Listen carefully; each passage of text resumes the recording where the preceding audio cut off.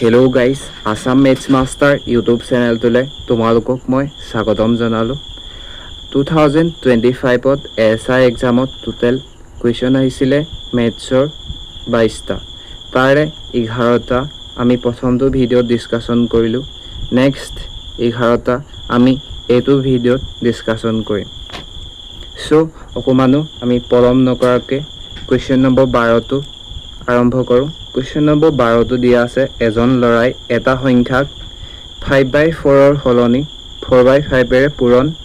কৰিলে ল'ৰাজনে কৰা গণনাত ভুলৰ শতাংশ কিমান? ল'ৰাজনে পূৰণ কৰিব লাগিছিলে কি হওক 5/4ক পূৰণ কৰি দিলে কাক 4/5ক। চ' মই এই কুৱেশ্যনটো যেনেকৈ কৰিম ষ্টেপ বাই ষ্টেপ তোমালোকে বুজিবলৈ চেষ্টা কৰিবা। ফাৰ্ষ্ট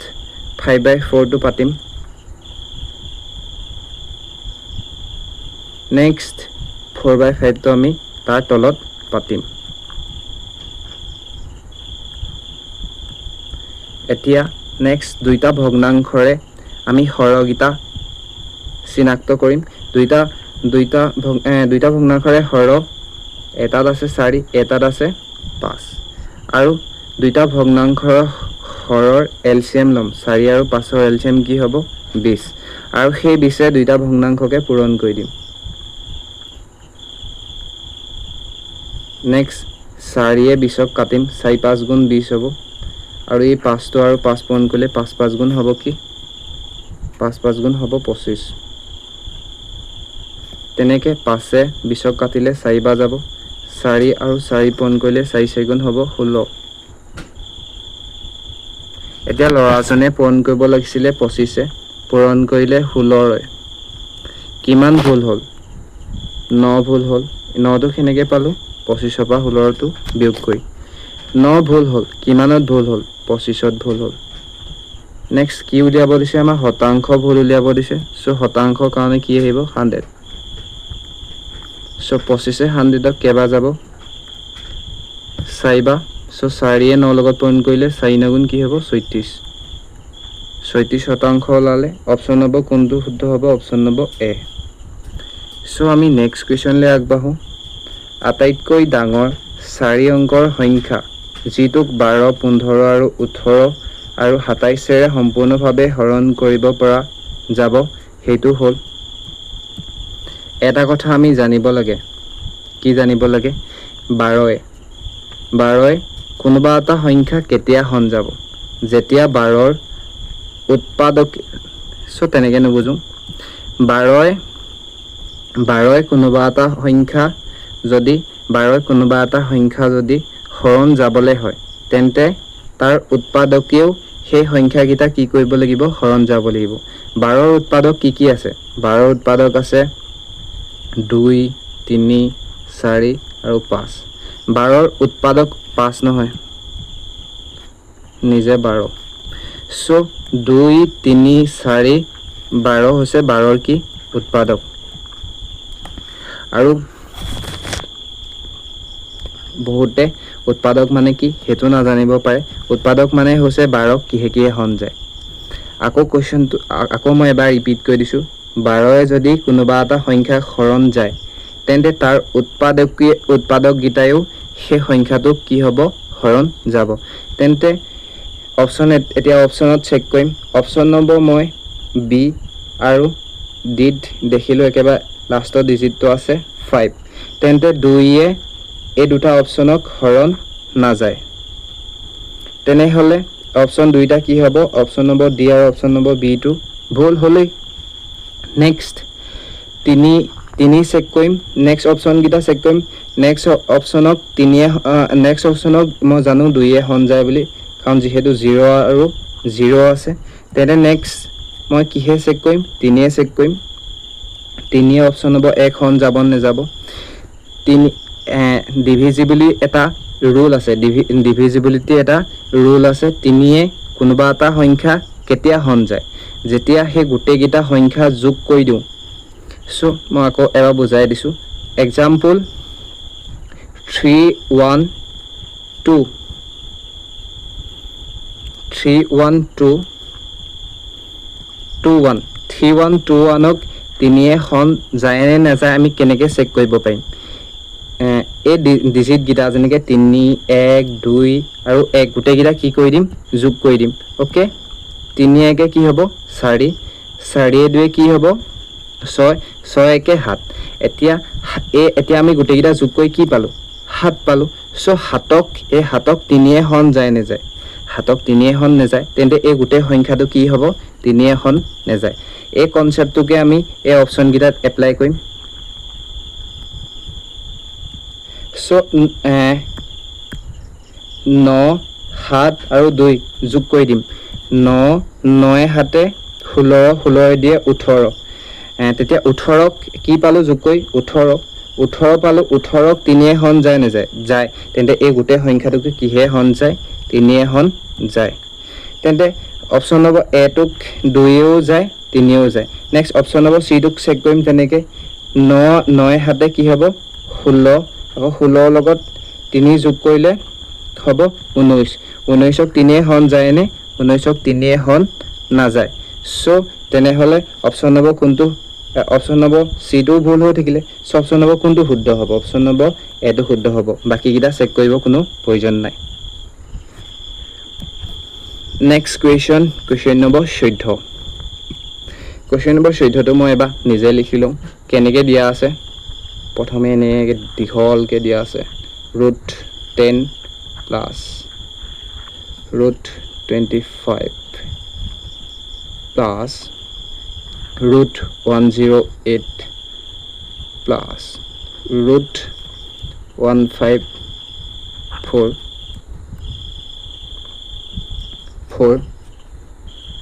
প্লাছ √225 এইবোৰ সব এনেকৈ দিয়া আছে ফাৰ্ষ্ট আমি কেনেকৈ ক্যালকুলেশন কৰিম এতিয়া প্ৰথমে মই যদি লাষ্টটো চাওঁ 200 কি আছে 15 আছে এতিয়া 215 বৰ্গমূল কি হ'ব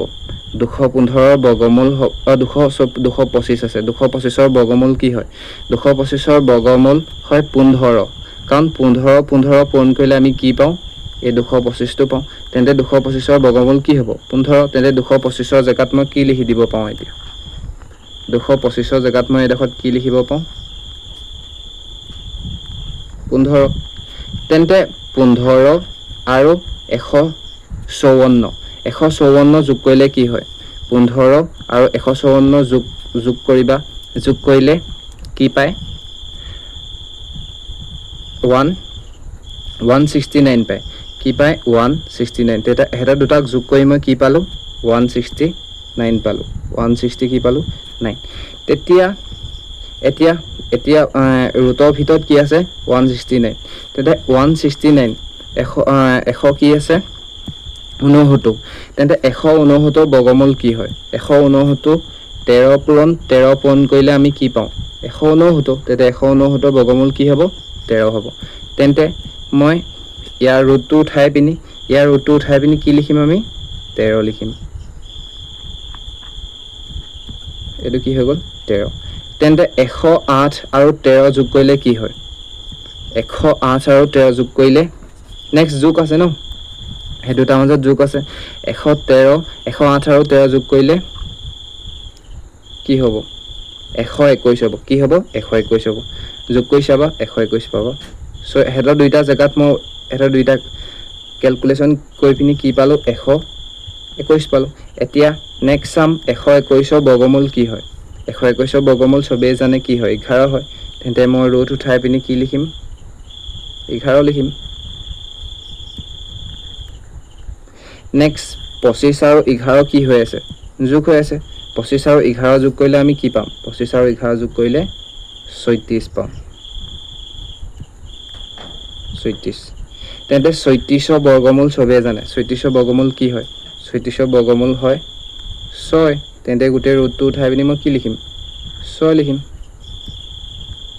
এতিয়া 10 যোগ কৰিলে কি হয় 10 যোগ কৰিলে কি হয় 16 তেন্তে হেডটা ক্যালকুলেশন কৰিলে আমি কি পাম 16 আৰু 16 বৰ্গমূল কি হয় 16 বৰ্গমূল সবে জানে কি হয় 4 হয় অপচন নম্বৰ কোনটো শুদ্ধ হ'ব অপচন নম্বৰ এ টো শুদ্ধ হ'ব বহুত উজু আছিলে নেক্সট কুৱেশ্যন নম্বৰ 15 10টা ইনিংছত এজন ক্ৰিকেট খেলুৱৈৰ গড় ৰান হৈছে 32 পৰৱৰ্তী ইনিংছত কিমান ৰান কৰিলে তেওঁৰ ৰানৰ গড় 4 বৃদ্ধি পাব এই কুৱেশ্যনটো হৈছে এভাৰেজৰ কুৱেশ্যন এই কুৱেশ্যনটো তোমালোকে হয়তো বুজি নাপাবও পাৰা সো মই এইটো এভাৰেজ কেনেকৈ ওলাই মই ফাৰ্ষ্ট হেতুকে শিকাই দিছোঁ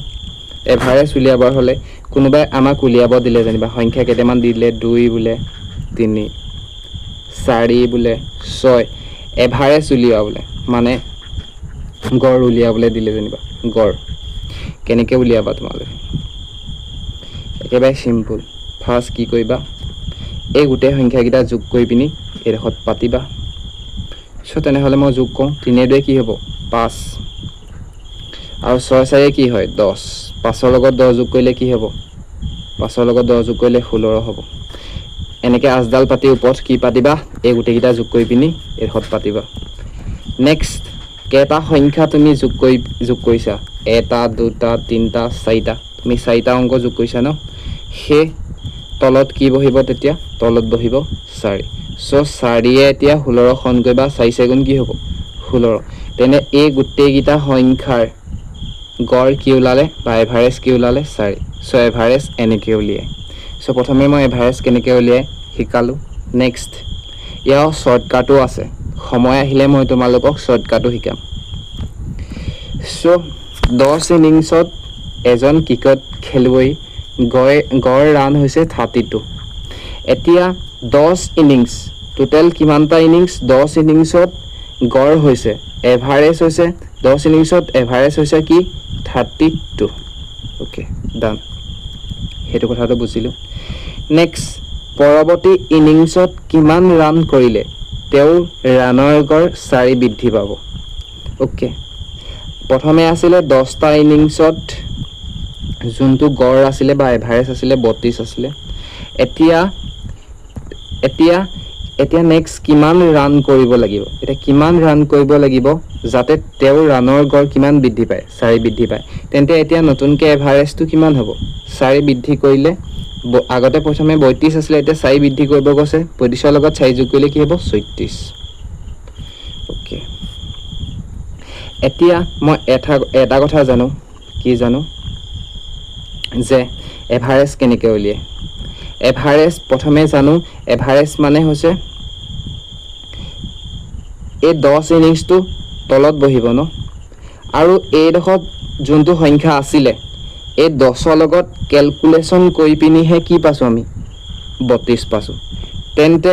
এই উপ সংখ্যাটো কি হ'ব এটা হে উপ সংখ্যাটো উলিয়াবৰ কাৰণে অনেকো কৰিব নালাগে এই 10 টো আৰু 32 টো পূৰণ কৰি দিয়া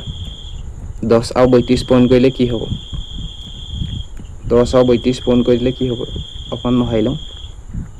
10 আৰু 32 পূৰণ কৰিলে হ'ব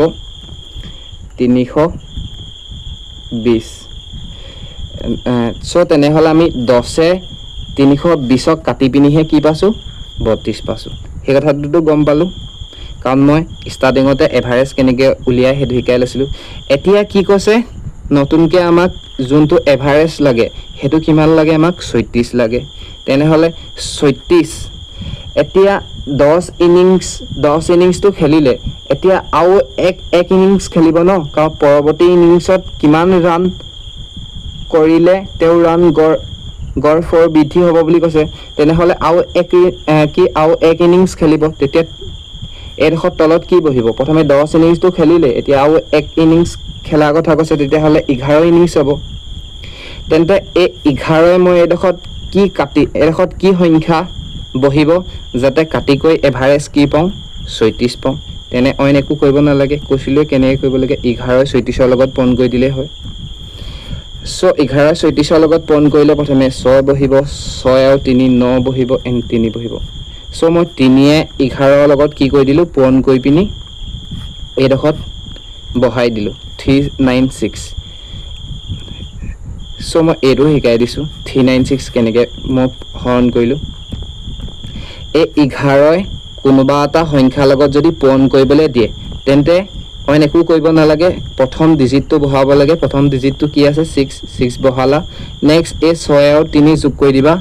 6 আৰু 3 যোগ কৰিলে 6 3 9 বহিব তাৰপিছত এই 3টো পাতি দিবা আগত 34 নতুবা 11 আৰু 36 কি কৰি দিবা পূৰণ কৰি দিবা কি পাবা 396 পাবা এতিয়া প্ৰথম ৰান কিমান আছিলে 10 ইনিংছৰ গোটেইকেইটা ৰান যোগ কৰিলে পাবা তুমি 300 কি 20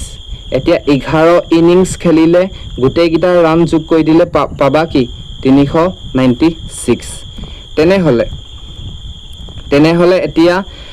পৰৱৰ্তী যোনটো এক ইনিংছ খেলিলে সেই ইনিংছত কিমান ৰান কৰিলে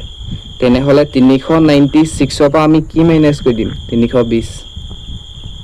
তেতিয়া 396 পৰা মই কি মাইনাস কৰি দিম 320 মাইনাস কৰি দিম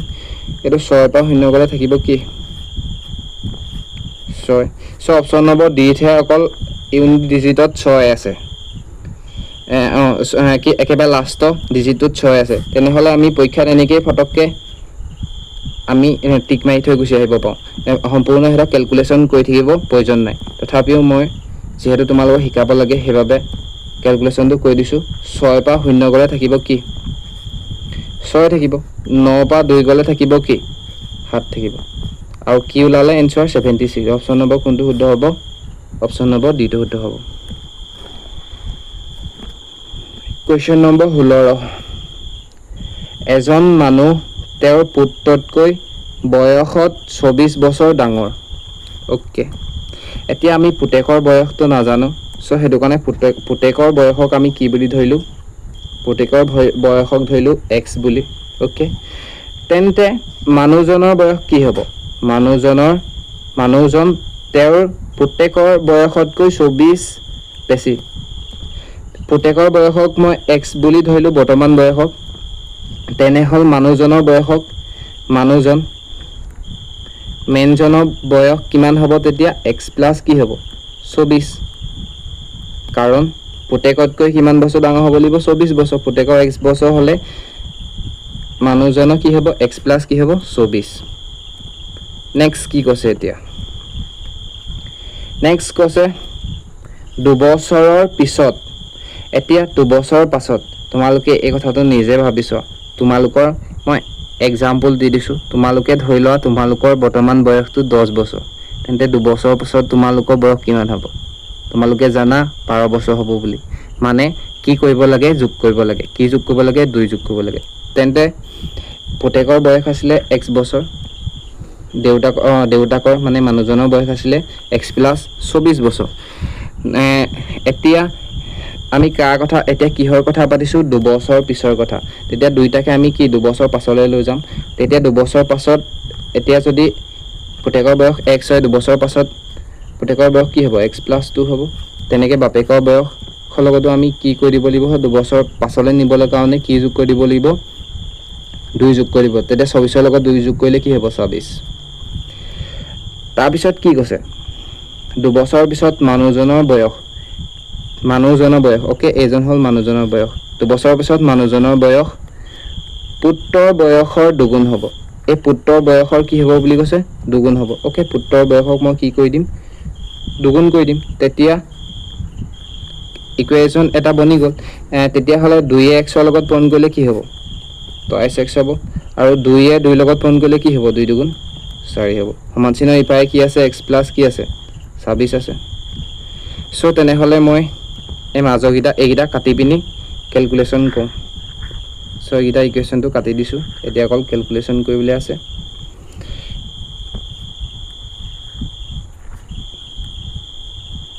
ওকে তেনেহলে কি কৰিম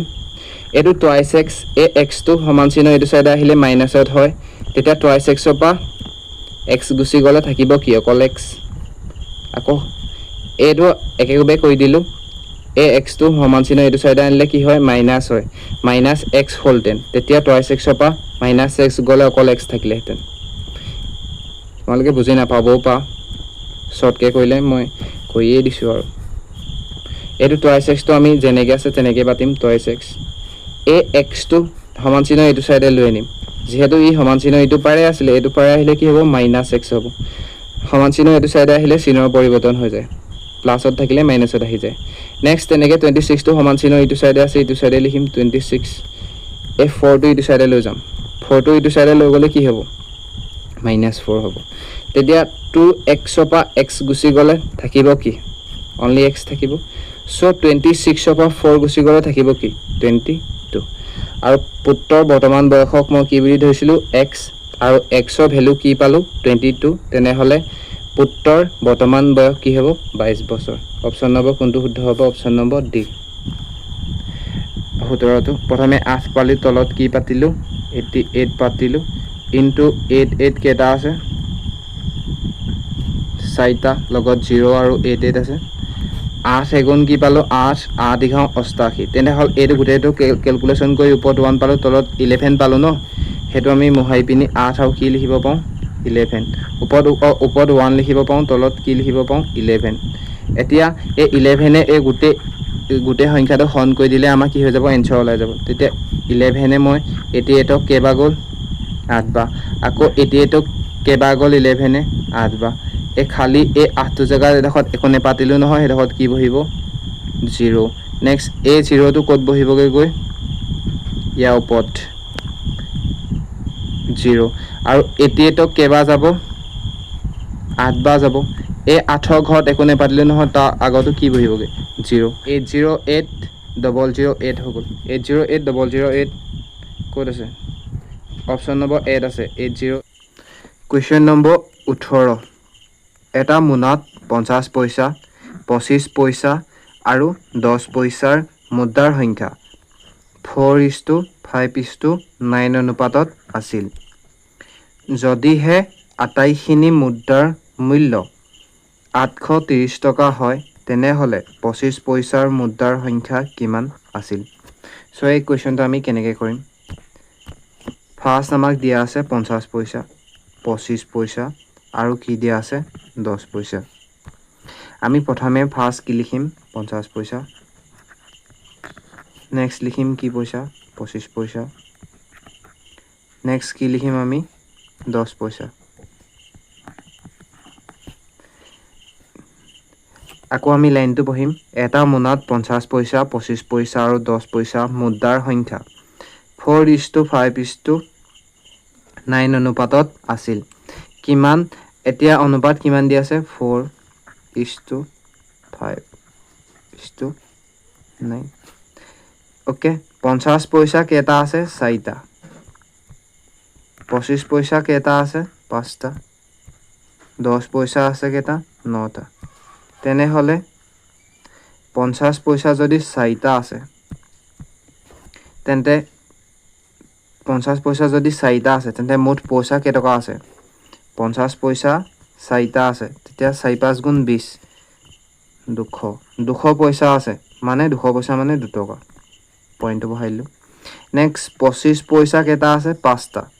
5 25 100 কি হয় 25 125 মানে 125 কি হ'ব পইচা মানে এটকা কিমান পইচা হ'ব 25 পইচা তেনেকে 10 আৰু 9 পূৰণ কৰিলে 10 9 গুণ 90 কিমান পইচা হ'ব 90 পইচা এতিয়া ইয়াত আছে 2 টকা ইয়াত আছে 1 টকা 2 টকা 1 টকা 2 টকা আৰু 1 টকা যোগ কৰিলে কেই টকা হ'ব 2 টকা আৰু 1 টকা যোগ কৰিলে 3 টকা হ'ব এই 25 পইচা আৰু 90 পইচা যোগ কৰিলে কিমান হ'ব 25 আৰু 90 যোগ কৰিলে হয় 100 কিমান 15 তেন্তে 1 টকা কিমান পইচা হ'ব 1 টকা হ'ব 15 পইচা 1 টকা কিমান পইচা হ'ব 15 পইচা এই 1 টকাটো 3 টকা লগত যোগ কৰিলে কিমান হ'ব 4 টকা 4 টকা কিমান হ'ব 15 পইচা এতিয়া 4 টকা কি হ'ব 15 পইচা এই গুটেই পইচা কিটা যোগ কৰিলো যোগ কৰি কিমান পালো 4 টকা 15 পইচা কিন্তু প্ৰকৃততে ই কিমান টকা হয় প্ৰকৃততে ই 800 কে টকা হয় 30 টকা প্ৰকৃততে ই 830 টকা তেনেহলে 415 ইউনিটে কাক ৰিপ্ৰেজেন্ট কৰিছে 830 টকা তেন্তে 1 ইউনিটে কাক ৰিপ্ৰেজেন্ট কৰিব 830ক আমি কিহে হৰণ কৰিব লাগিব 4.15 যদি মই এইখিনি দশমিক আঁতৰাই দিওঁ এইখিনি দশমিক আঁতৰাই দিলোঁ তেতিয়া ওপৰত কি বহিব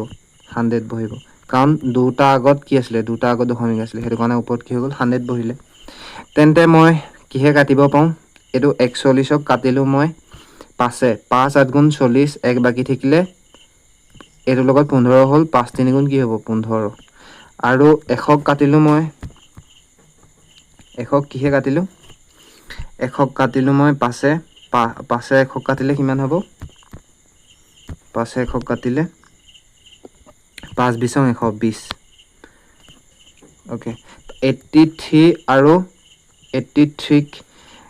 কাটিলোঁ কেইবাৰ গ'ল এবাৰ লগতে শূন্যটো আছে শূন্যটো সৈতে কি হৈ গ'ল 10 এতিয়া আৰু 10 আৰু 20 পূৰণ কৰিলে কি হয় 10 20 কি হয় 200 তেতিয়া হেতক গোটেইকেইটা কেলকুলেশ্যন অতৰাই পিনি মই কি লিখিব পাওঁ ওলালে কিমান 200 এই 430ক মই 4.5 হৰণ কৰি দিয়াত কিমান পালোঁ 200 পালোঁ মানে এতিয়া 1 ইউনিটে কিমানক ৰিপ্ৰেজেণ্ট কৰিছে 200 এতিয়া মোক সুধিছে কি কুৱেশ্যনটোৱে সুধিছে কি তেতিয়াহ'লে কুৱেশ্যনটোৱে সুধিছে তেনেহ'লে 25 পইচা মুদ্ৰাৰ সংখ্যা কিমান এতিয়া এইটো 25 পইচা মুদ্ৰা কিমানটা আছিলে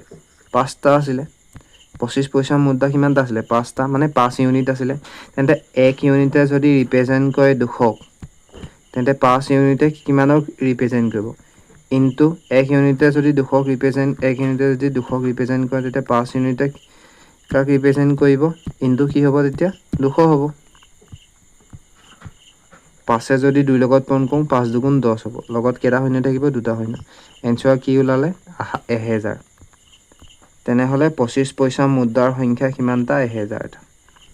কুৱেশ্যন নম্বৰ 19টো দিয়া আছে যদি এটা গোলকৰ ব্যাসাৰ্ধ 10% বৃদ্ধি হয় তেনেহ'লে গোলকটোৰ আয়তন কিমান শতাংশ বৃদ্ধি হ'ব প্ৰথম কথা আমি গোলকৰ আয়তনৰ সূত্ৰটো জানিব লাগিব গোলকৰ আয়তনৰ সূত্ৰটো কি হয় 4/3 পাই r কি হয় কিউব হয় এতিয়া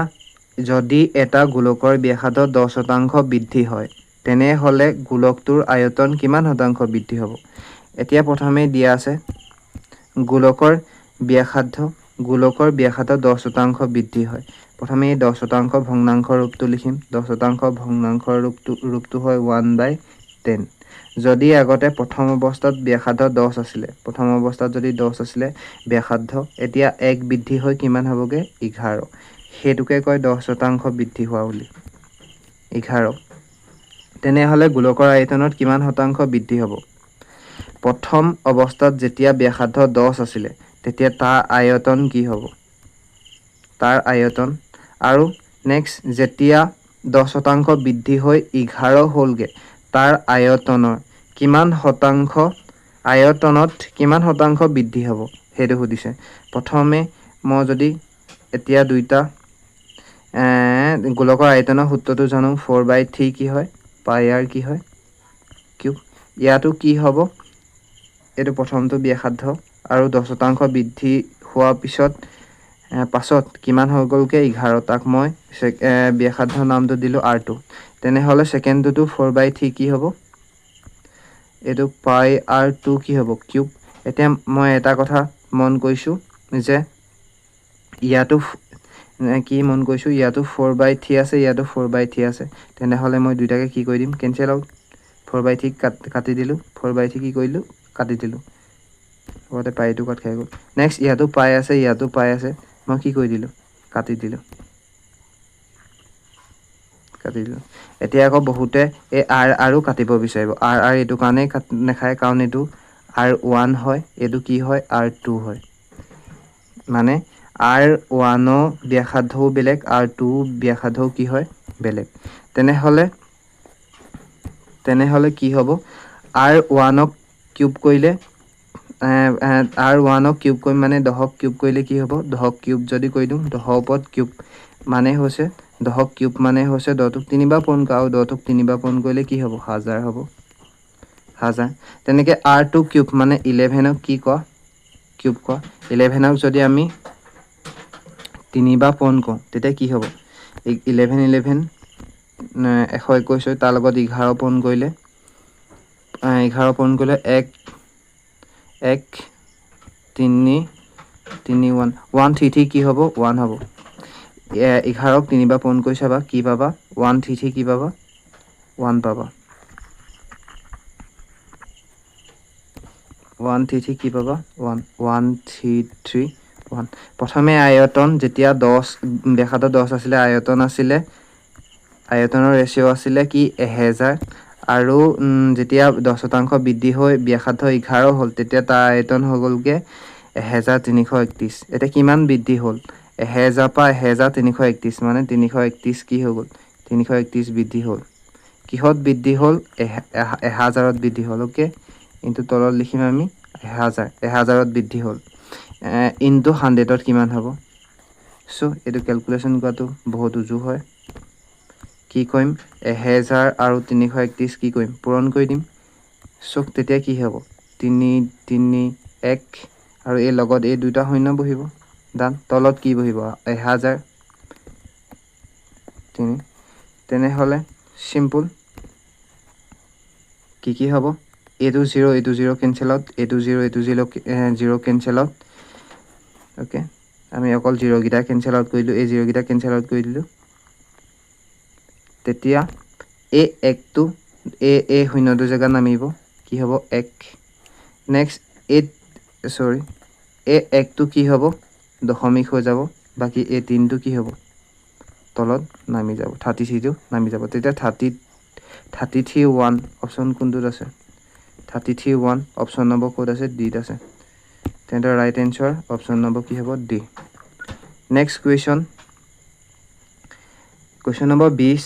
এটা 90 মিটাৰ পূৰণ 50 মিটাৰ মাপৰ আয়তকাৰ ভূমিৰ তাৰৰ বেৰৰ দ্বাৰা বেৰিব লাগে যদি ফেঞ্চিঙৰ খুঁটাবোৰ 5 মিটাৰ দূৰত্বত ৰখা হয় তেন্তে কিমানটা খুঁটাৰ প্ৰয়োজন হ'ব ওকে ডান এই কোৱেশ্চনটো কেনেকৈ কৰিম আমাক এডোখৰ আয়তকাৰ ভূমি দিয়া আছে সো আয়তকাৰ ভূমিটো দেখিবলৈ এনেকুৱা এডোখৰ কি হ'ল এডোখৰ হ'ল আয়তকাৰ ভূমি তেনে হলে 90 মিটাৰ কি হ'ব ইয়াত দিশ এখনৰ পৰা এখনলৈকে কয় দিশ কিমান দিয়া আছে দিশ দিয়া আছে তোমাৰ 90 মিটাৰ নেক্সট এখন বা এখনলৈকে প্ৰস্থ কিমান দিয়া আছে প্ৰস্থ দিয়া আছে 50 মিটাৰ আয়তকাৰ ভূমি তাৰৰ বেৰৰ দ্বাৰা বেৰিব লাগে ওকে এটো কি কৈছে এনেকেহে বেৰিব ন তা চাইৰামটোহে বেৰিব মানে ইয়াৰ পৰা আমি কি উলিয়াব লাগিব পৰিসীমা সূত্ৰটো হ'ল আয়তৰ পৰিসীমা সূত্ৰটো হ'ল 2 ইনটু দিক যোগ কি হয় প্ৰস্থ হয় 2 ইনটু দিক যোগ কি হয় প্ৰস্থ হয় তেনে হলে 2 টু 2 পাতিম দিশ আৰু প্ৰস্থ যোনটো আমি জানো কি হয় যোনটো জানো 90 আৰু কি হয় 50 হয় আৰু 90 আৰু 50 ডাইৰেক্ট আমি যোগ কৰি দিম এখিনি বহুৱাই নাথাকো আৰু এতিয়া 9 পাছে কি হয় 14 100 কি হ'ব তেতিয়া পূৰণ এই দুটা যোগ দিশ আৰু প্ৰস্থ যোগ কৰি পিনি বা 90 আৰু 50 যোগ কৰি পিনি আমি কি পালো 100 কিমান পালো 40 140ক 2 লগত পূৰণ কৰিলে আমি কি পাম 140ক 2 লগত পূৰণ কৰি দিম 2 দং 28 200 কি পাম 80 পাম 200 কি পাম 80 পাম এতিয়া আমাৰ এই গোটেই পৰিসীমাটো ইয়াৰ পৰা ইয়ালৈকে কিমান আছে টোটেল 240 আছে হেতু কথা আমি গম পাই গলো ডান 200 কিমান আছে 80 আছে সৰি 200 কিমান আছে ইয়াৰ পৰা ইয়ালৈকে 200 কিমান আছে 80 আছে এতিয়া নেক্সট কৈছে কি যদি ফেঞ্চিঙৰ খুঁটাবোৰ 5 মিটাৰ দূৰত্বত ৰখা হয় এতিয়া এহেতৰ মানে এই মাটিডোখৰ চাৰিফালে কি কৰিলে ফেঞ্চিং লগাছে তে মই যদি এডোখৰত ফেঞ্চিং লগাও নেক্সট এডোখৰত লগাও তেতিয়া এহেতৰ মাজত ডিফাৰেন্স কি হ'ব 5 মিটাৰ নেক্সট লগালে কি হ'ব এডোখৰ এহেতৰ মাজত ডিফাৰেন্স কি হ'ব 5 মিটাৰ দূৰত্বত কি ৰাখিছে বুলি কৈছে ৰখা হয় তেন্তে কিমান খুঁটাৰ প্ৰয়োজন হ'ব এইখনৰ পৰা এইখনলৈকে 5 মিটাৰ এনেকে 5 মিটাৰ দূৰত্বত আছে তেন্তে কিমান খুঁটাৰ প্ৰয়োজন হ'ব আমি 280 কিহে হৰণ কৰি দিলে 5 হৰণ কৰি দিলে এনসাৰ ওলাই যাব 5 মই 28 হৰণ কৰিলে 5 5 গুণ 25 হ'ব আৰু তেতিয়া হলে 30 থাকিব 5 6 গুণ 30 এনসাৰ কি ওলালে 56 অইনটো একো কোৱা নাই 280 ক 5 কি কৰিলো হৰণ কৰি দিলো কি ওলালে 56 অপচন নম্বৰ কোনটো শুদ্ধ হ'ব অপশ্যন নম্বৰ বিত আছে 56 কুৱেশ্যন নম্বৰ 21টা দিয়া আছে 21টো দিয়া আছে যদি 7টা ক্ৰমিক সংখ্যাৰ গড় 20 হয় তেন্তে আটাইতকৈ ডাঙৰ সংখ্যাটো কি হ'ব এতিয়া প্ৰথমে ক্ৰমিক সংখ্যাকেইটা ধৰি ল'ম x x plus 1 x plus 2 তেনেকৈ ডট ডট ডট ডট গৈ পিনি কিহত পাবগৈ x plus 6 লৈকে পাব তোমালোকে হিচাপ কৰি চাবা কেইটা পাবা 7টা পাবা মই সম্পূৰ্ণ লিখি দিওঁ নতুবা কনফিউজ মাৰিবলৈ আছে তোমালোকে মই ধৰিলোঁ প্ৰথমটো সংখ্যা x ছেকেণ্ডটো x plus কি হ'ব 1 তাৰপিছত x plus কি হ'ব 2 তাৰপিছত x plus কি হ'ব 3 তাৰপিছত x plus কি হ'ব 4 তাৰপিছত x plus কি হ'ব 5 তাৰপিছত x plus কি হ'ব 6 7টা ক্ৰমিক সংখ্যা প্ৰথম এইটো এটা সংখ্যা এইটো দুটা তিনিটা এইটো চাৰিটা এইটো পাঁচটা এইটো ছটা এইটো সাতটা টোটেল কেইটা হ'লগৈ গৈ 7টা ক্ৰমিক সংখ্যা হৈ গ'লগৈ ওকে ক্ৰমিক সংখ্যাৰ গড় কি দিয়া আছে 20 এহেতৰ এভাৰেজ কি দিয়া আছে এভাৰেজ দিয়া আছে কি এভাৰেজ ইকুৱেল দিয়া আছে কি 20 হয় তেন্তে আটাইতকৈ ডাঙৰ সংখ্যাটো কি হ'ব তেন্তে আটাইতকৈ ডাঙৰ সংখ্যাটো উলিয়াবলৈ দিছে এটা কথাটো গম পাওঁ মই যেহেতু 7টা ক্ৰমিক সংখ্যা আছে ইয়াৰ তলত কি বহিব 7 এতিয়া মই এইডোখৰত যি বহাম এই 7 তাক কাটি পিনিহে কি ওলাইছেগৈ গৈ পিনি 20 ওলাইছেগৈ চ' তেনেহ'লে মই ইয়াত কি বহাম যাতে 7 কাটি পিনি 20 ওলায় তেন্তে মই পাতিব লাগিব এই 7টোৱে তেতিয়া 20ৰ লগত কি কৰি দিম পূৰণ কৰি দিম 7 দুগুণ 14 100 কি হ'ব তেতিয়া 40 তেতিয়া এই গোটেইকেইটা সংখ্যা যোগ কৰিলে আমি কি পাম তেতিয়াহ'লে 140 পাম কাৰণ এই গোটেইকেইটা সংখ্যা যোগ কৰিহে আমি প্ৰথমে ইয়াত বহাওঁ তাৰ পাছতহে কেইটা সংখ্যা আছে গণনা কৰি পিনি আমি তলত বহাওঁ তাৰপিছতহে কাটি পিনি কি উলিয়াওঁ এভাৰেজ উলিয়াওঁ এভাৰেজ যোনটো আমি কি পাম 20 পাম তেনেহ'লে গম পালোঁ এই গোটেই সংখ্যাকেইটা যোগ কৰিলে কি পাম আমি 140 ওকে তেনেহ'লে x কেইটা হ'ব টোটেল এইটো x এইটো x এইটো x এইটো x যিহেতু 7টা সংখ্যা আছিলে তেতিয়া কিমান x হ'ব তেতিয়া 7x হ'ব তেন্তে কি হ'ব 7x হ'ব আকৌ 1 2 এইটো হ'ল 3 4 5 যোগ কৰিলে কি হ'ব 1 2 3 4 5 যোগ কৰি 4 5 আৰু 6 লৈকে যোগ কৰি এটা সূত্ৰ আছে যাক কি বুলি কোৱা হয় স্বাভাৱিক সংখ্যা যোগফল উলিয়াবলৈ এইটো সূত্ৰটো বনোৱা হৈছে n প্লাছ কি 1/2 হয় এই সূত্ৰটোত মই আজি ডিছকাশ্যন নকৰোঁ কাৰণ তোমালোকে কনফিউজ মাৰিব পাৰা সেইটো কাৰণে ডাইৰেক্ট মই যোগে কৰি দিম আৰু তেতিয়া এই 1 2 3 4 5 আৰু 6 যোগ কৰিলে আমি কি পাম 2 1 3 3 লগত 3 যোগ কৰিলে হ'ব 3 3 3 6 6 লগত 4 যোগ কৰিলে 6 4 কি হ'ব 10 10ৰ লগত 5 যোগ কৰিলে 15 হ'ব 15ৰ লগত 6 যোগ কৰিলে কি হ'ব 21 হ'ব 21 তেনেহ'লে মই কৈ চাওঁ একচুৱেলি শুদ্ধ হৈছে নাই তেতিয়া 2 যদি 6 কাটোঁ 2 3 গুণ 6 3 হ'ব 3 7 গুণ 21 য়েছ 21 হয় যোগ কৰিলে কিমান পাম 21 প্লাছ 21 এই গোটেইকেইটা যোগ কৰি পিনি আমি কি পালোঁ x প্লাছ 21 কাৰ সৈতে সমান হ'ব এতিয়া 140ৰ সৈতে তেনে গোটেইটো মহাই পিনি মই কি লিখিম 7x প্লাছ 21 ইকুৱেল 100 কি হ'ব 40 21টো ইটো চাইডে লগালে মাইনাছ কি হ'ব 21 হ'ব তেনেহ'লে 140ৰ পৰা 21 বিয়োগ হ'লে কি হ'ব 10ৰ পৰা 1 গ'লে থাকিব কি তেতিয়া 9 ইয়াত থাকিলে কি 13 13ৰ পৰা 2 গ'লে থাকিব কি 11 তেন্তে এই 7টো কি হৈ আছে xৰ লগত পূৰণ হৈ আছে ইটো চাইডে গ'লে কি হ'ব হৰণ তেতিয়া 7 19ক কেইবাৰ যাব 7 11ক যাব এবাৰ 7 7 119 কেইবাৰ যাব 17 বাৰ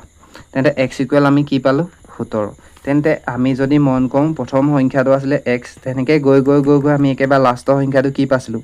x প্লাছ কি পাইছিলোঁ 6 তেনে চবতকৈ ডাঙৰ সংখ্যাটো কি হ'ব x প্লাছ 6 তেন্তে xৰ মানটো কি পালোঁ আমি 17 পালোঁ তেতিয়া 17ৰ লগত মই কি যোগ কৰি দিম 6 যোগ কৰি দিম 17ৰ লগত 6 যোগ কৰিলে কি হ'ব 7 6 কি হয় 7 6 13 হয় মানে টোটেল হ'ব কি 23 হ'ব আৰু 17 আৰু 6 যোগ কৰিলে কি হ'ব তেতিয়া 23 হ'ব অপশ্যন নম্বৰ কোনটো হ'ব C কুৱেশ্যন নম্বৰ 22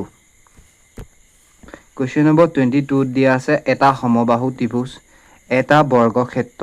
আৰু এটা বৃত্তৰ পৰিসীমা সমান গোটেইকেইটা সমবাহু ত্ৰিভুজ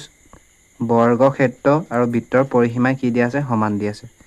ওকে ডান গোটেইকেইটা পৰিসীমা কি হ'ব সমান টি এ ত্ৰিভুজৰ ক্ষেত্ৰফল মানে হৈছে কালি সূচাই আৰু এছ এ বৰ্গক্ষেত্ৰৰ ক্ষেত্ৰফল আৰু চি এ বৃত্তৰ ক্ষেত্ৰফলক সূচায় তেন্তে কোনটো কালি ডাঙৰ হ'ব কোনটো কালি সৰু হ'ব সেইটো আমাক উলিয়াব দিছে এই কোৱেশ্যনটো আমি কেনেকৈ কৰিম প্ৰথমে আমাক সমবাহু ত্ৰিভুজটা দিয়া আছে এইটো সমবাহু ত্ৰিভুজ মানে যাৰ প্ৰতিটো বাহু কি হয় সমান হয় সমবাহু ত্ৰিভুজ নেক্সট আমাক এটা কি দিয়া আছে বৰ্গক্ষেত্ৰ এটা লিখি লওঁ এইটো হ'ল আমাৰ কি বৰ্গক্ষেত্ৰ নেক্সট আমাক এটা কি দিয়া আছে বৃত্ত গোটেইকেইটা কি সমান বুলি দিছে গোটেইকেইটা পৰিসীমা সমান এখত পৰিসীমাটো লিখিম মই পৰিসীমা গোটেইকেইটা কি সমান এতিয়া পৰিসীমা গোটেইকেইটা সূত্ৰনো কি মই যদি এইটোৰ নামটো কি আছিলে সমবাহু ত্ৰিভুজৰ পৰিসীমা সূত্ৰটো 3a এ মানে কি এ মানে হৈছে বাহু তেনেকে বৰ্গক্ষেত্ৰৰ পৰিসীমা হৈছে 4a এ মানে হৈছে বাহু আৰু এইটো হৈছে বৃত্তৰ পৰিসীমা সূত্ৰটো হৈছে 2 পাই কি হ'ব r এই গোটেইকেইটাৰ কি হ'ব পৰিসীমা সমান এতিয়া ক্যালকুলেশনৰ উজু কাৰণে ক্যালকুলেশন উজু কৰিবৰ কাৰণে মই কি কৰিব লাগিব আমি পৰিসীমা গোটেইকেইটা এনেকুৱা এটা পৰিসীমা ধৰিব লাগিব যাতে গোটেইকেইটা কি হ'ব যাতে এই গোটেইকেইটাই কি হৈ যায় 4 কাট যায় নতুবা 3 কাট যায় আৰু 2 পায়ে কি হৈ যায় কাট যায় সেই পৰিসীমাটো আমি ধৰিব লাগিব সো মই কি ক'ব বিচাৰিছো তোমালোকক এতিয়া নিজে বুজি পাবা 3a হনে এতিয়া মই চাও এটো বৃত্তৰ এটো হয় পৰিসীমা তেন্তে 2 জায়গাত 2 আছে ওকে ডান 2 জায়গাত 2 পাতিলো এই পাই জায়গাত আমি কি পাতিব পাম 22 ভাগৰ 7 তেনে হলে এখিনি মই কি লিখিব পাম 2 into 22 ভাগৰ কি লিখিব পাম 7 সব ভ্যালুবোৰ আমি পুট কৰি দিছো তেনে হলে এটো সোৱা 2 তলত কি এটা থাকে 1 এ 7 আৰু 1 মাজত পূৰণ হ'ব 7 গুণ 7 হ'ব আৰু 2 আৰু 22 ৰ মাজত পূৰণ হ'ব তেনে হলে কি হ'ব এটা ক্যালকুলেশন কৰিলে পাম 2 আৰু 22 পূৰণ কৰিলে কি হ'ব 44 হ'ব 2 আৰু 22 পূৰণ কৰিলে কি হ'ব 44 আৰু তলত কি থাকিব 7 টো থাকিব এতিয়া আমি জানো 3 তলতো এক এটা থাকে 4 তলতো এক এটা থাকে ওকে তেনে হলে কি কৰিম এতিয়া নেক্সট এই 3 4 আৰু 44 ৰ এলসিএম টোৱে আমাৰ এই গোটেইকেইটাৰ পৰিসীমা বুলি সমবাহু ত্ৰিভুজ বৰ্গ আৰু বৃত্তৰ পৰিসীমা বুলি আমি কি কৰি লম ধৰি লম তেনে হলে মই এই ভিডিওটোত মই কেনেকৈ এলসিএম উলিয়াই হেতু দেখাও এতিয়া মই ডাইৰেক্ট এলসিএম লম 3 4 আৰু কি 24 মই এটা কথা গম পাও এই 4 টো এই 44 ত আছে গতিকে 4 টো মই কাউন্ট নকৰো 3 আৰু 44 ৰ এলসিএম ললে দুইটা কি হ'ব কোনো কমন নাই হেতু কাৰণে পূৰণ হৈ যাব 3 4 গুণ কি হ'ব 12 2 উকলিব 1 3 4 গুণ 12 উকলাক ধৰি কি হ'ব 13 অইন একো কোৱা নাই এই বস্তুটো কি কৰিলো মই 132 টো 3 4 আৰু 44 ৰ কি এলসিএম লৈ পিনি পাতিছো এতিয়া মই কি কৈছো আকৌ এই কোৱেশ্যনটো মই আকৌ এবাৰ বুজাই দিছো এটা সমবাহু ত্ৰিভুজ এটা বৰ্গক্ষেত্ৰ আৰু এটা বৃত্তৰ পৰিসীমা সমান প্ৰথমে মই এটো সমবাহু ত্ৰিভুজ লিখিলো তাৰ পিছত লিখিলো এটো বৰ্গক্ষেত্ৰ এটো লিখিলো বৃত্ত সবৰ পৰিসীমা সূত্ৰবিলাক মই কি কৰিলো লিখিলো আৰু এটো বৃত্তৰ আছিলে 2 পাই r আছিলে এই পাই মানটো বহাই পিনি ক্যালকুলেশন কৰি আমি 44 বাই কি পালো 2 পালো আৰু সবই পৰিসীমাটো মই কি ধৰি ললো 132 ধৰি ললো কাৰণ আমাৰ কোৱেশ্যনটো দিয়া আছে সবৰ কি পৰিসীমা কি বুলি দিয়া আছে সমান তেনে গোটেইকেইটা পৰিসীমা মই কি বুলি ধৰিলো 132 বুলি ধৰিলো এই 132 টো কেলে ধৰিলো 3 ও কাটা যাব 132ক 4 ও কাটা যাব 132ক আৰু একেবাৰে লাষ্টত 44 ও আমি 132ক কি কৰিব পাৰিম কাটিব পাৰিম হেতু কাৰণে 132 ললো 132 টো কি কেনেকৈ ললো 3 4 আৰু 44 ৰ এলসিএম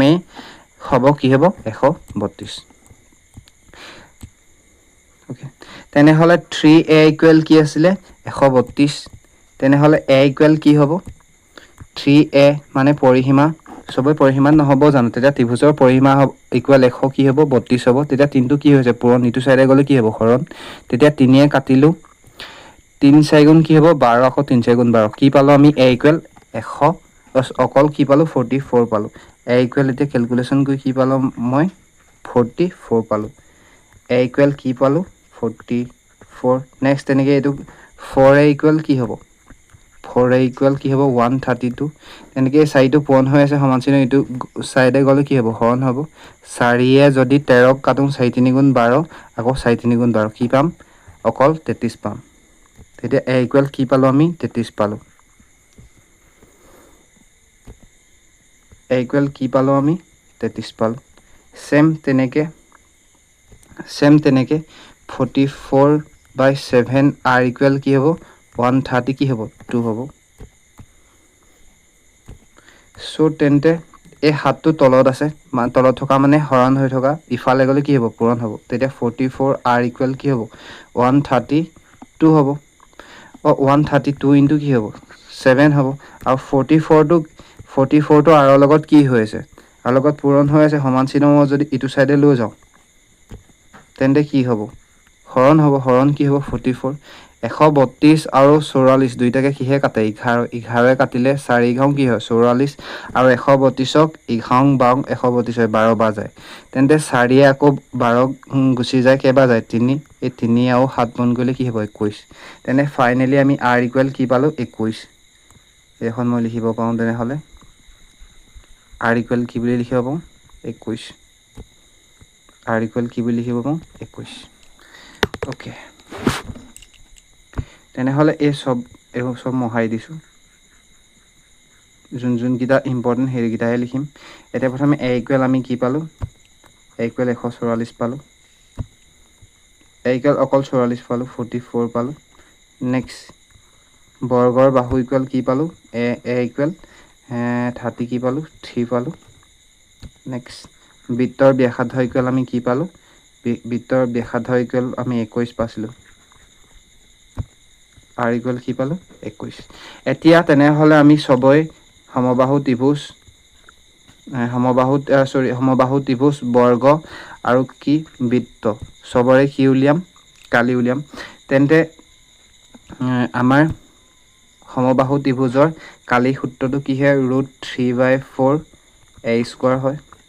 তেন্তে মই a স্কয়াৰ জাগাত কি লিখিম এতিয়া সমবাহু ত্ৰিভুজৰ যেহেতু a ইকুৱেল কি আছে 44 আছে a স্কয়াৰ জাগাত মই কি লিখিম 44 স্কয়াৰ মানে দুবাৰ পূৰণ কৰা বুজায় 44 তেন্তে 4 এ কেবা যাব 11 বা যাব 44 আৰু 11 পূৰণ কৰিলে কি হ'ব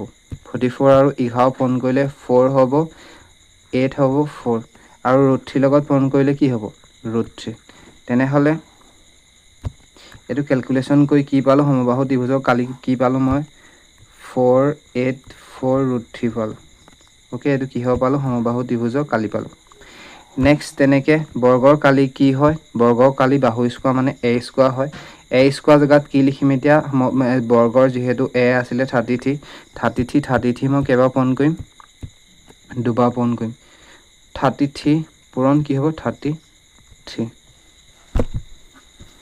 33 দুবাৰ পূৰণ কৰা এটা শৰ্ট ট্ৰিক্সও আছে হেতু ষ্টাইলতে কৰিম তোমালোকে 33 দুবাৰ পূৰণ কৰিবা মই শৰ্ট ট্ৰিক্সৰ সহায়ত কৰিব চেষ্টা কৰোঁ 33 স্কয়াৰ এটো হ'ল 33 স্কয়াৰ মানে প্ৰথমে মই 30 লগত 33 লগত 6 যোগ কৰিম আৰু 33 লগত 33 লগত 3 যোগ কৰিম 3 যোগ কৰিলে 36 হ'ব 33 লগত মই কি মাইনাস কৰি দিম 30 মাইনাস কৰি দিম তেতিয়া 3 এ 6 3 গুণ 18 8 উকলিব কি 1 3 3 গুণ 9 কলক ধৰি কি হ'ব 108 এই 0 টো আছে নহয় বহিব তাৰ পিছত আমি কি কৰিছিলো এটা লগত 3 যোগ কৰিছিলো এটা লগত 3 মাইনাস কৰিলো তেতিয়া হে তাক আমি স্কয়াৰ কৰি দিম 3 3 গুণ কি হ'ব 9 তেতিয়া 10 তেতিয়া आंसर কি হ'ব 108 এই 9 টো যোগ কৰিলে 1089 33 দুবাৰ পূৰণ কৰিলে 10 কি হয় 89 হয় এনে মই গুটেটো মহাই পিনি কি লিখিব পাৰিম 1089 এই 32 মহাই দিওঁ 10 কি হ'ব 89 1089 এতিয়া প্ৰথমে সমবাহু ত্ৰিভুজৰ কালি পালোঁ এইটো আৰু বৰ্গৰ কালি পালোঁ কি এইটো নেক্সট কাৰ কালি আছে আমাৰ শেষৰটো কালি কা পাম আমি এইবুলি বৃত্তৰ কালি উলিয়াবলৈ আছে বৃত্তৰ কালি আমি জানো পাই আৰ কি হয় স্কোৱাৰ পাই মানে কি হয় সো এইখিনিত ক্যালকুলেশন কৰিম 22 ভাগৰ কি হয় এই পাই মানটো হৈছে 22 ভাগৰ 7 আৰ মানে কি হয় আৰ মানে আমি 21 পাই থোৱা আছে তেন্তে 21 পূৰণ কি হ'ব 21 হ'ব তেতে 7 21 কেবা যায় দুবা যায় ওকে তেতিয়া 7 21 কেবা যায় 7 দুগুণ 14 সৰি 7 21 তিনিবা যায় তেতিয়া 3 এ 22 লগত পূৰণ কৰিলে কি হ'ব 3 এ 22 লগত পূৰণ কৰিলে 66 হ'ব 66 লগত এবলি কি পূৰণ কৰিবলৈ আছে 3 আৰু 22 পূৰণ কৰি আমি 66 পালো আৰু তাৰ লগত 21 পূৰণ কৰিব লাগে তেন্তে 66 আৰু 21 পূৰণ কৰিম 66 আৰু 21 পূৰণ কৰিম 66 আৰু কি পূৰণ কৰিম 21 পূৰণ কৰিম 66 into 21 একে এইটো 66ক পূৰণ কৰিলে সবেই জানে 66 এ হ'ব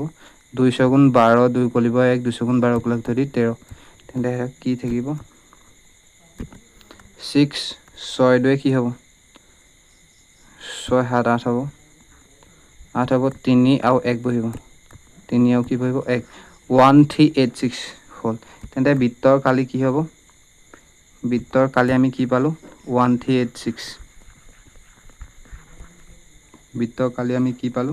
পাই স্কয়াৰটো মহাই 1386 1386 এতিয়া কা কালি সবচে ডাঙৰ হেতু উলিয়াবলৈ দিছিলে প্ৰথম কথা হ'ল এটো ও সৰি বৃত্ত কালি সবচে ডাঙৰ 1386 তাৰ পাছত কোনটো ডাঙৰ 1086 সবচে ডাঙৰ হ'ল বৃত্ত কালিটো সবচে ডাঙৰ হৈছে বৃত্ত কালি একেবাৰে হৌটো কি হৌটো হৈছে ত্ৰিভুজৰ কালিটো সবচে হৌ তাৰ পাছত ডাঙৰ কোনটো বৃত্ত কালিটো সৰি বৰ্গৰ কালিটো তাৰ পাছত সবচে ডাঙৰ হয় কি বৃত্ত কালিটো ওকে তেনেহলে আমি কি পালো ক্যালকুলেশন কৰি এতিয়া প্ৰথমে পালো এতিয়া টি এ ত্ৰিভুজৰ কালি টি টো সবতকে সৰু এইখিনি টি টো সবতকে সৰু নাই ইয়াত আৰু অপশন নম্বৰ ডি টি টো সবচে সৰু নাই ওকে দুটা অপশনত টি টো সবচে সৰু আছে তাৰ পাছত সেকেন্ডত কোনটো আছিলে এছ এ বৰ্গক্ষেত্ৰৰ কালিটো দ্বিতীয়ত থাকিব লাগিব তেতিয়া অপশন নম্বৰ কোনটো হ'ব নহয় বি টো হ'ব নহয় অপশন নম্বৰ সি টো শুদ্ধ হ'ব সো থ্যাংক ইউ গাইস আজিলৈ ইমানেই তোমালোকে মোৰ ভাগৰ যদি ভিডিঅ'টো ভাল পালা চেনেলটো সাবস্ক্ৰাইব কৰি পিনি ভিডিঅ'টো লাইক কৰি দিবা ধন্যবাদ